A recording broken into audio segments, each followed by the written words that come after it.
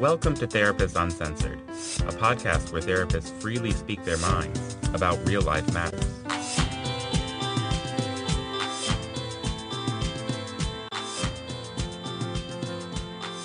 Hi, welcome back to Therapists Uncensored. This is Ann Kelly. And I'm Sue Marriott. And I'm Patty Allwell. Today we wanted to talk to you about anxiety. It's a topic that we all struggle with. And the way I like to think about it is that it's noise in the system. And what I mean by that is that people think of it as an emotion, but it's not. It really is something that keeps us from feeling our emotions. Yeah, it makes me think of like the hum when you're listening to your headphones or something and it's humming. That's not the actual sound. Right. That's a noise in the system. Exactly. What you're trying to transport through your headphones is the sound. So what you're saying, Patty, that feelings are the sound or the music. Exactly. And anxiety and worry is the hum. Yes. And a lot of times the feelings we're trying But it feels like a feeling. I know that. But a lot of times the feelings we're trying to get away from are uncomfortable. You know, either we're angry or sad or upset. And the sort of worry kind of makes us feel like we have more control over this than we do.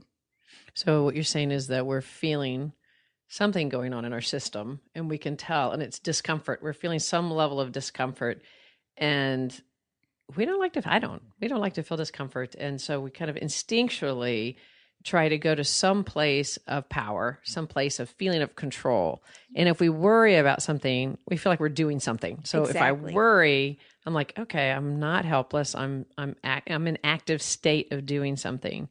At least that's what you're either planning or you're sort of rehearsing some disaster and figuring out your contingency plans. Or there's also a piece of it that is about assigning blame. Oh, that makes sense. Yeah, either it's my fault because I'm a horrible person and it wouldn't have happened if I wasn't a horrible person. If I hadn't have said that.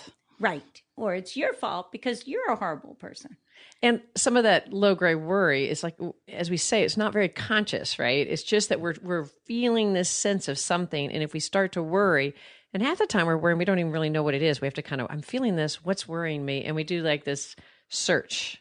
Right. And part of how I can tell that it's not one of the kind of core feelings is sort of when I visualize it, it's in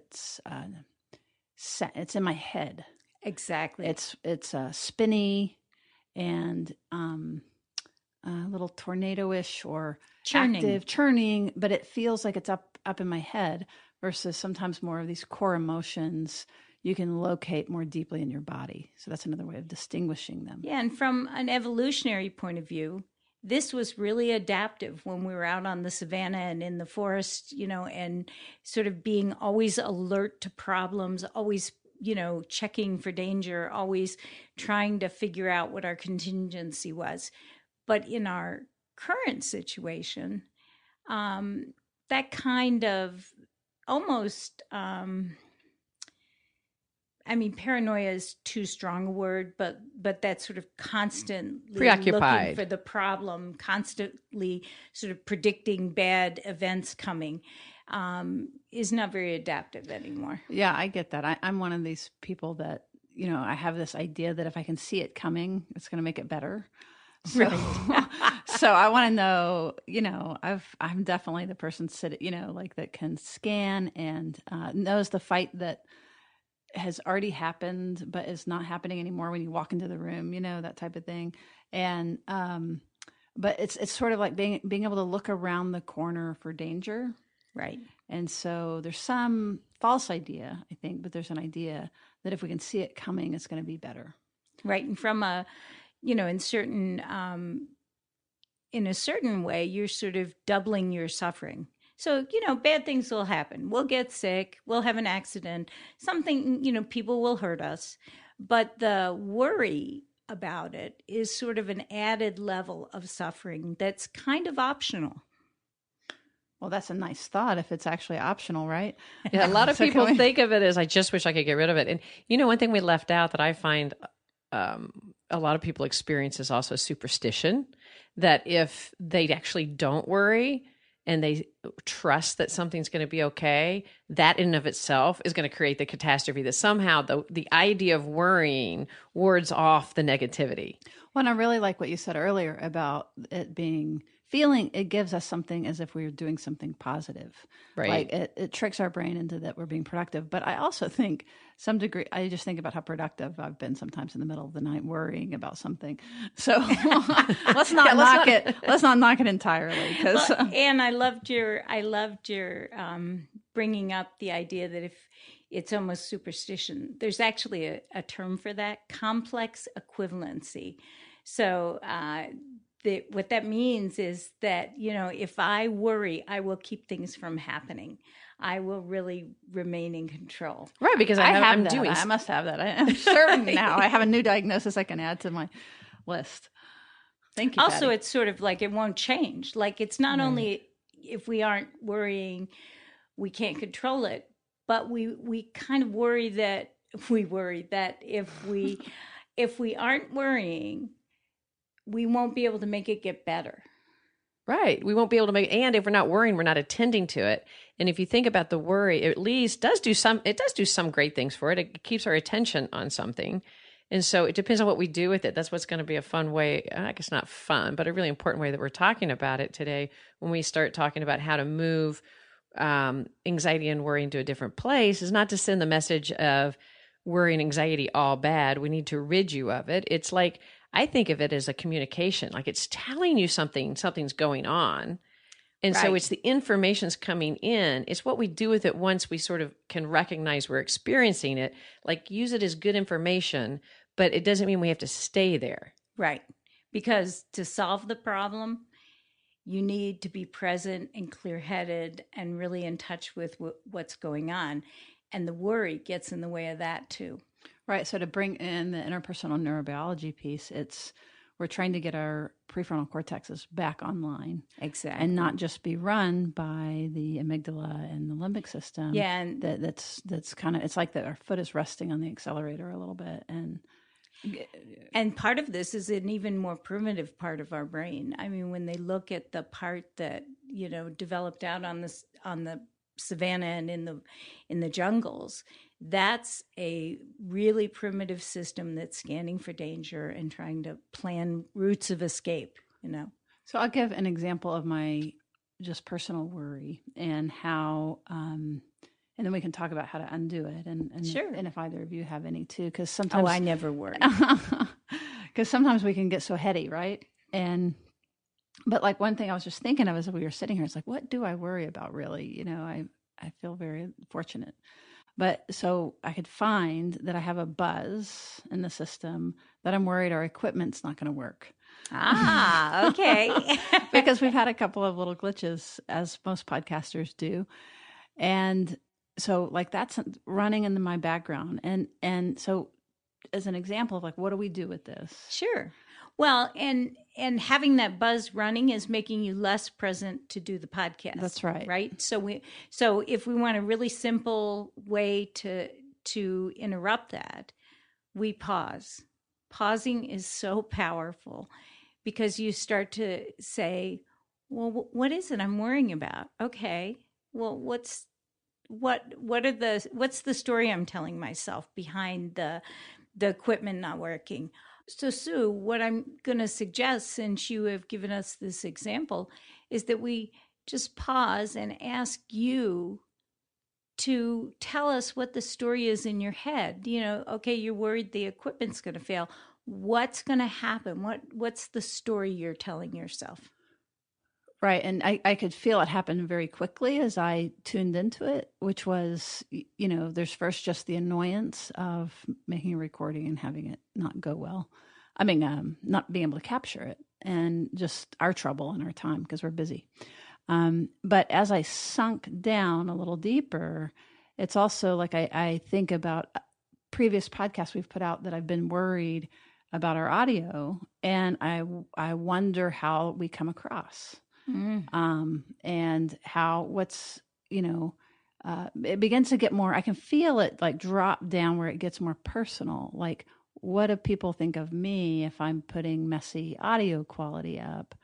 And what are they? How are they judging you? Exactly. And then what does it mean that we're putting together something shoddy?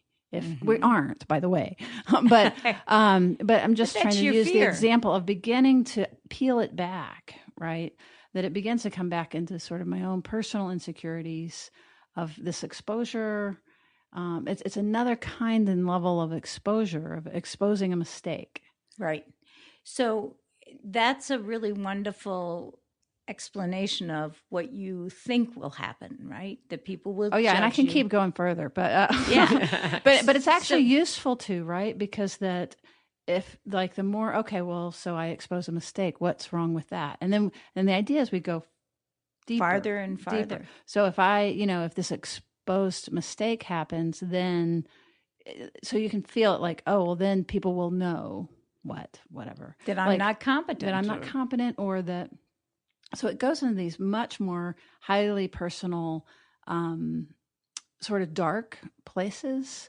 And I would have never gotten there without attention to it and really thinking like, what's the buzz? Yeah. Well, and you might not, and that is part of what we were talking about earlier, you might not want to go there. There's a level, like who wants to go there? It's a lot easier just to get preoccupied and make sure we do it well than to slow down and go into the deeper parts.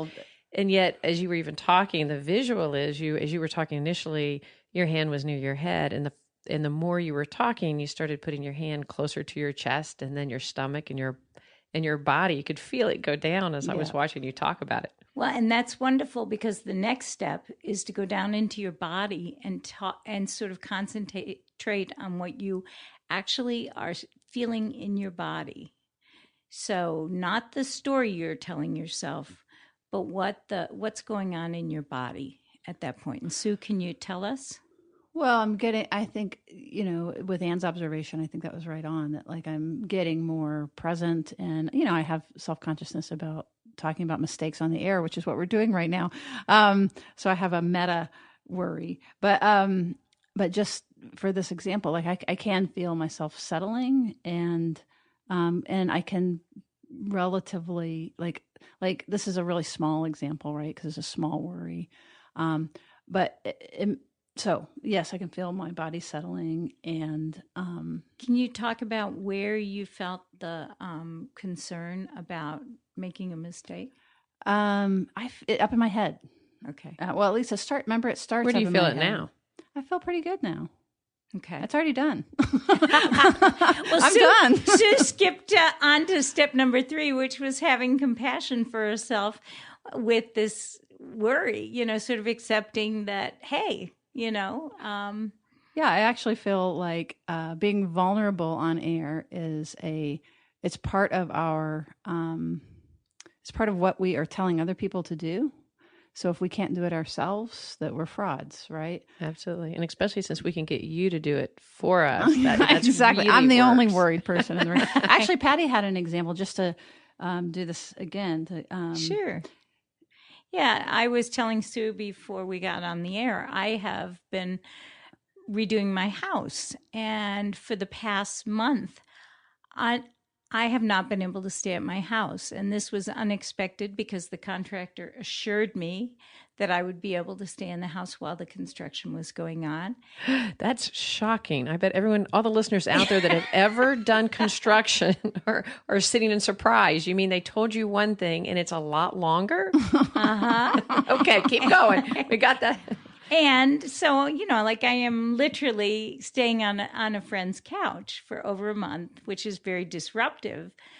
And so I am spending a lot of time worrying, spending a lot of time spinning about the contractor and what's going on and, what he's doing and not doing. And, and whether I did the right thing by choosing him or whether I have been firm enough with him so there's a whole lot of stories I'm going through in my head right now. And when we were talking about this episode, I realized that when I slow down and go down in my body, there's this real sort of fear that I am alone in this, that I will have no help, that it will, I'll be on somebody's couch forever, and that's not rational. I have lots of friends and resources, but something really primitive is getting activated with being out of my home and being vulnerable in a way that I wouldn't have expected. Yeah, and I can feel that with you as you're talking about it, and to be able to get in touch with that allows you to really. It's such a wonderful and vulnerable example. So thank you, because you're kind of feeling the deepness of what's stirring that, and if you didn't let yourself do that, is so likely to stay in that more control phase, like anxiety to control, worry to calling, worry to try to master everything, and to take the risk to slow down and go, wait, this isn't really about mastering. It's about really facing some of the worst fears. And as you did, you're able to go, wait a minute, that's not reality. And it keeps you from needing to perseverate on control, because anxiety and control go hand in hand. And we haven't talked much about that, but if you think about your most controlling aspects of your personality, peek under that and look at the anxiety. And instead of going into the master control mind, you kind of went down and like, okay, this isn't going to happen forever. And the other part that gets stirred for me is the blaming, the, judging who's at fault. Is it him, or did I do something wrong in the way I've contracted with him? And this allows me to have compassion for myself. I mean, I don't, do construction projects on my home every day, but even a little bit for him, because I know that he's got a lot of other projects he's worrying about. And that doesn't mean I shouldn't be insisting on fair treatment, but I can feel that it's not as personal, that it's not like an attack on me. That's great. And then what you do when going back to the interpersonal part, then as you slow down, you're having self-compassion for yourself. You end up being able to actually have compassion for him. So when you do go, well, obviously you're not just going to rest in that element of, okay, I'm going to calm myself down and then not call my contractor. That's certainly not what we're trying to say is move out of action. It's just you got more connected to yourself. So now you can really engage with him in a way that stays more relational. Whereas if we're up there spinning and we're not doing it, we're not going to be very relational. And now you can call him from a whole nother level. Exactly. Let's pause to thank our sponsor, Leslie University Mental Health Counseling Programs, where you can help others transform their lives with creativity and compassion. You can apply a social justice lens to mental health care and achieve your own goals through their master's and PhD programs. Online at leslie.edu/mental-health. Now let's return to our podcast. So we're doing this very quickly because we're practiced at it. But if we were to just sort of go slower in all the things that are actually happening to deconstruct the worry, because it seems like, oh, well, we wrapped that right up, right? And my worry about the sound, and I said, oh, it's done. But what's actually happening is that there's the name it to tame it, where that by any of us identifying more what it is that's actually happening, even I'm really worried, or I can feel myself nervous. I'm nervous about something, even like that, which is, Patty, I think somewhere you were going and doing it in steps, so that you name it. You identify it. You understand the story you're telling yourself. So that's a really lovely, so you understand the story you're telling yourself, which, by the way, when we're worrying, it doesn't feel like a story. So just to be clear, you went from worrying about the contractor, about the dumb contractor and what he was doing, to going into this more dark place of feeling like that you're alone in the world and that you could always be alone in the world, and what have you gotten yourself into and who's going to be there for you, something like that. And that's a much more viscerally painful place. So help us understand why that's better than worrying. Well, I think if we're worrying, we are not present in our own life. I mean, and we are either in the future or in the past. And being present in our own life, even if it's painful, is rich and healthy and connecting. And, we can't, if we're not in that ourselves, we can't have good relationships with people. We can't, we're sort of crippled. And that's such a great way to say it. And we are so afraid of those depth of feelings, but actually it's the fear that actually controls us much more than actually experiencing the feeling of loneliness or letting yourself have those feelings. They end up getting diffused much more than the pushing away of the feeling with the anxiety. Right. And because the other thing that happened very quickly, again, I think just because we're practiced at this, is that you didn't go into feeling alone and that was the end of it. What actually happened is that it came with self-compassion. Yes. And so I just want to make that a separate, right. So, and that I can feel compassion for myself around, most people would be really scared to death to talk into a mic. So of course it's natural that I would be worried about how that this audio sounds and how this is coming across. That is an example of the episode you did earlier and with Kristen Neff of those concepts of self-compassion. And we did it so quickly you couldn't even hear it. But that's the idea, is that you go to the deeper place, you identify what it really is. It's further down in your body, or you can feel it, feel more honest. And then from there, and you might even put your hand over your heart, or or I have this image of touching your cheek, or a child's cheek with your hands, cupping your, something really sweet. We just give it that little bit of attention and then we can move on.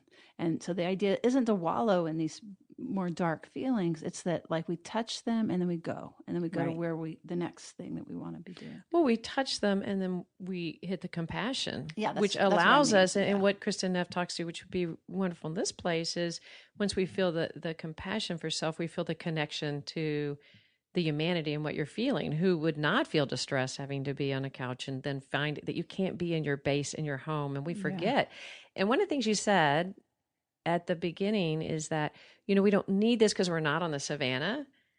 And yet I think what our savannah is now is isolation, is the connection to loneliness. Think about what is your savannah, and that's probably different for different people. What is, and knowing what your ultimate savannah is, what is it that feels the most threatening to you? And for us, it is isolation, loneliness, having to do it on your own, things like that. Those are really core to us as humans, and they are at the root of so much of what keeps us in a spinny place. And I think, we're just want to tap on this one thing, is we're talking about one specific worry of each of us.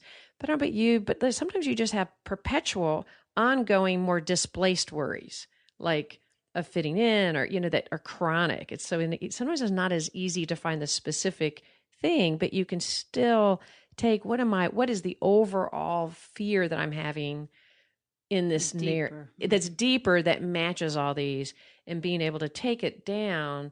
You also, then you actually have a sense of mastery, of control, once you take it down into your body and have compassion, instead of the preoccupation being the feeling of control and the anxiety. Kind of having self-compassion gives you actually a true mastery. Actually, you really hit a sense of control. And I love that you said that, because so often when I work with couples, what I find, especially in new couples, is that their worry is that if he or she really knew me, right, this wouldn't work, right? Or they would reject me, or, and so there's a whole lot of sort of posing and kind of controlling because of those worries. And so do you mean, as an example of that, when you go on Match.com or your favorite Bumble or what have you, Tinder, and that you, if you're a guy, you might shave a few inches off, add a few inches to your height, or a few years off your age, or is that kind of what you're referring to? Yeah. And I really often, but that's kind of dangerous, because as soon as you meet me, you're going to find out that's not correct. But some of this is even more, I'm really patient. And, maybe you're not, right? Well, maybe you believe that you are, but when your partner starts seeing you as impatient, that's a very anxiety producing event. Yes, you have to go, no, I'm not impatient.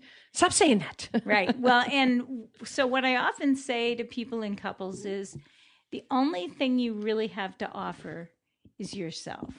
And so any kind of promoting yourself or presenting yourself in a way that's not consistent or authentic is going to backfire in the long run, because once people get to know you, they will find out exactly who you are.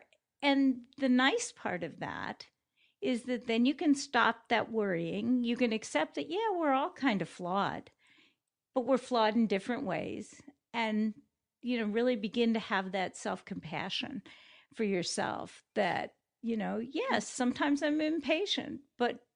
And even, I agree with you, but even before you can get there, even accepting the impatience is like, I think what I hear you saying is with two people being able to go, what is the ultimate fear? And it's so amazing when you could get somebody down to actually naming. So what is, if that happened then, and if he was to do that then, and you get down to the nut of what the fear really is and what the deeper part, you just see this deep compassion go between two people. Immediately, it's not called upon. It's like, oh, that's what's causing that. Exactly. And I'm sure y'all have experienced the same thing, this beautiful warmth of feeling when you see two people actually connect to the deeper part, as opposed to when they're caught in the anxiety flipping back and forth. Okay, so as we wrap up, this is what we want you to do, listeners. Wherever you're listening, if you're at the gym or in the car or, being streamed, wherever you are, I imagine each one of you listening can come up with a worry, and we would like for you to quiet yourself and to begin, as Patty said, to name this story. Identify what you're feeling, grab the worry, and then we want you to peel it back in 2, 3, 4 layers. It's not your first thought. Like, take your first thought and then your second and go deeper, and don't quite believe yourself. And investigate. Be like a hound.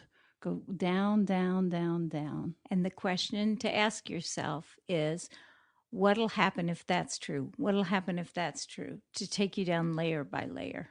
That's a good one. And then when you're down there, what's the most important piece that we need to be sure? And I'm asking you, the listener, this to answer this question. What's the most important piece as we identify it? We dig for it, we unpeel it, what it really is about. What's the most important piece to add to that? So are you getting it? Can you think of it? So we have to do this with self-compassion.